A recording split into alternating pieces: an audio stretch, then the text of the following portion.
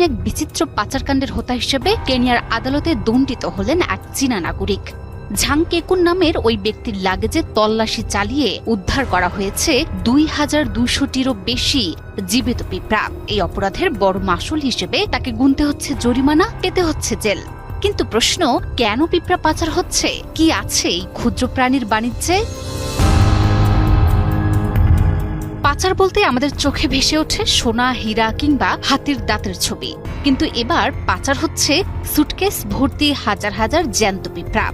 ঘটনাটি কেনিয়ার নাইরোবি আন্তর্জাতিক বিমানবন্দরের। ঝাং কেকুন নামে এক চীনা নাগরিকের লাগেজ তল্লাশি করতে গিয়ে দেখা মেলে অদ্ভুত এক দৃশ্যের। বিশেষ প্রক্রিয়া রাখা 2200টিরও বেশি জ্যান্ত গার্ডেন অ্যান্টস বা বাগান পিঁপড়া। কেনিয়া থেকে এই পিঁপড়াগুলো চীনে পাচারের চেষ্টা করা হচ্ছিল। ঝাং কেকুন প্রথমে অস্বীকার করলেও পরে নিজের দোষ স্বীকার করে নিয়েছেন। 15 এপ্রিল নাইরোবির একটি আদালতের ম্যাজিস্ট্রেট আইরিন গিচোবি চীনা নাগরিক ঝাং কেকুনকে 10 লাখ কেনিয়ান শিলিং বা প্রায় $7,746 জরিমানা এবং 12 মাসের কারাদণ্ড প্রদান করেন।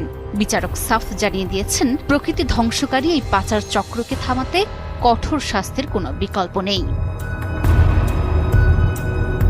এখন প্রশ্ন, কেন পাচার করা হয় জ্যান্ত পিঁপড়া? তদন্তে বেরিয়ে এসেছে চাঞ্চল্যকর তথ্য। চীনে বর্তমানে ফার্মিকারিয়াম বা কৃত্রিম পিঁপড়ার কলোনি তৈরির নেশা ব্যাপক জনপ্রিয় হয়ে উঠেছে। স্বচ্ছ কাচের পাত্রে পিঁপড়াদের জটিল সামাজিক জীবন ও সুড়ঙ্গ তৈরির কাজ পর্যবেক্ষণ করা অনেক সংগ্রাহকের কাছে একটি ব্যয়বহুল শখ।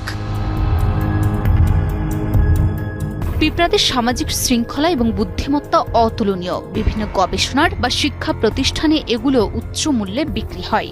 এই পিঁপড়াগুলো চীনের বাজারে সাধারণ কোনো পোকা নয়, বরং বিলাসবহুল পণ্য হিসেবেই বিবেচিত। এক একটি বিশেষ প্রজাতির কলোনির দাম হাজার হাজার ডলার পর্যন্ত হতে পারে।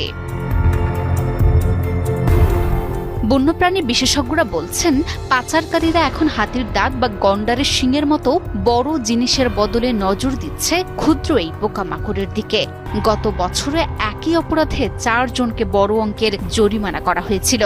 বন্যপ্রাণী বিশেষজ্ঞরা সতর্ক করেছেন যে এভাবে বিপুল পরিমাণ পিঁপড়া সরিয়ে ফেললে স্থানীয় বাস্তুসংস্থানের ভারসাম্য নষ্ট হয়, যা মাটির উর্বরতা ও অন্যান্য পতঙ্গের বংশবৃদ্ধিতে নেতিবাচক